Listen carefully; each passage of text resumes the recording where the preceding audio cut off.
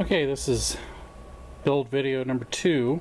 Let me show you the detailing I did for that engineering section that'll be visible through the exposed access hatch now. So you see I took 2 of those protection pieces from my daughter's insulin supplies, her disposed things, the 2 throwaway pieces, the 2 discs there, and notice that just a little bit of gray paint on them, and they look really cool. They look like something potentially mechanical in the future. Then you see the tubing that I put in there. This little bit right here, the 2 red bits, just painted that way. That's a smoked glass piece from one of my TOS Enterprise builds. If you get that kit, you see that you have multiple glass parts for it. You have white, you have clear, and then you have like a smoked glass. So that was just one of those pieces that I had extra, and just putting it all together in there, and I think that looks pretty cool.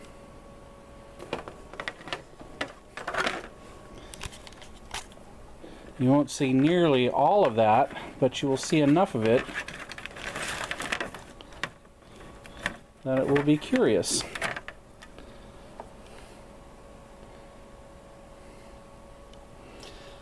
Now I haven't decided yet what I'm going to do with the cover plate that I've got to cut from some sheet styrene.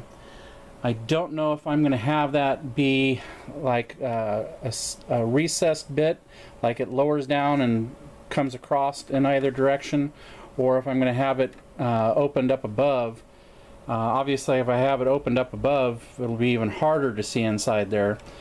So I am contemplating designing it so that it will be a piece that would have retracted down and slid over along the grid lines, like a shuttle bay would do, and I think I'll leave that partially exposed right on the edge so that you can see that. Okay, so I think that turned out really well. You may notice the decals that I put on each one of those. Those are just some extra secondary hole decals I had from one of my other TOS builds that I didn't use. But I really like how that turned out. Now let me show you the top of the saucer. And I am not going to make any alterations to the bridge deck. Some other modelers have made the extra addition to raise that up a little bit in order to fit an SMD in there to broadcast the light out onto the hull for highlighting everything. But I've got these really tiny SMDs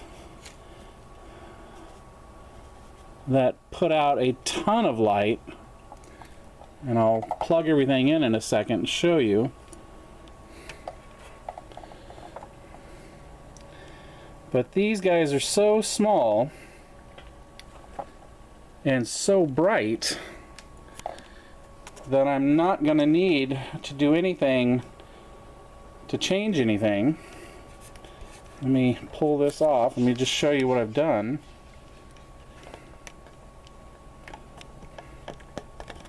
Oh, come on, come off of there. There we go.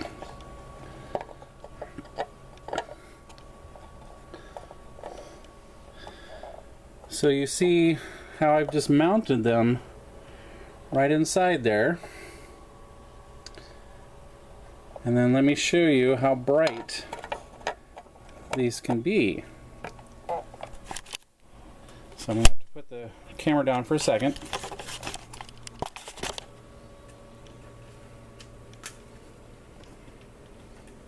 But I'm really happy with this. And I think enough light is going to be broadcast that it will be more than sufficient. Okay, so now I'm going to flip on my power source. And you see those are going to just put out a ton of light.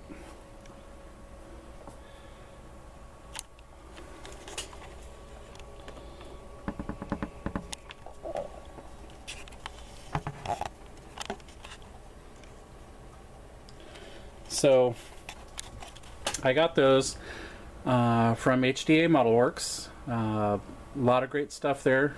If you haven't ever used them, please do. Great customer service. Almost always have everything you need in stock. Sometimes they are out of stock in a few things, but pretty quickly get them back in stock. So that's the progress I've made so far here. And I just wanted to do a quick little video on that, showing what I'm going to do for the bridge deck lighting, which will be the same thing I'll do with the sensor array down below, using those SMDs again to take care of that. Okay, so there she is. Oh, and I almost forgot, in the last video I got interrupted because the UPS had shown up, and what I got from UPS were these 5 audio boards with speakers that I had ordered. And this is the ISIC Station Do-It-Yourself Music Sound Player Module. I found this on it was either eBay or Amazon, and read up on it, looked at the videos that people had made about them, and decided to go with this. It was a lot less expensive than some of the other ones that other modelers have put up on the internet to show off what they're doing. So here's the unit. So you have the speaker, you've got a momentary switch, and then you have the mini USB connector, so you can just take your charger cord for your phone, if you have an Android that is, and use that to connect this device to your computer, whether you got a laptop or whatever you've got, and then you can transfer over the sounds. And I believe, how much time did this thing have? I think you could put on, I think it was up to 3 to 5 minutes worth of space on the drive on this, depending on how big your file is. So this is what I'm going to use for sound effects, both on this build and on some of my others. It was a great deal. So if you're looking for a completely put together sound system that you can do your sounds from your computer, then I recommend you try to find this. It is, again, the ISIC Station DIY Do-It-Yourself Music Sound Player Module. Okay, and I'm looking forward to making use of that. So there we go. Nice little look at everything for this short little video. It is pretty hot out here in the garage today. I'm sweating like a pig, but I'll do a little bit more work and then go back inside where the air conditioning's on. Alright, thanks guys. Bye.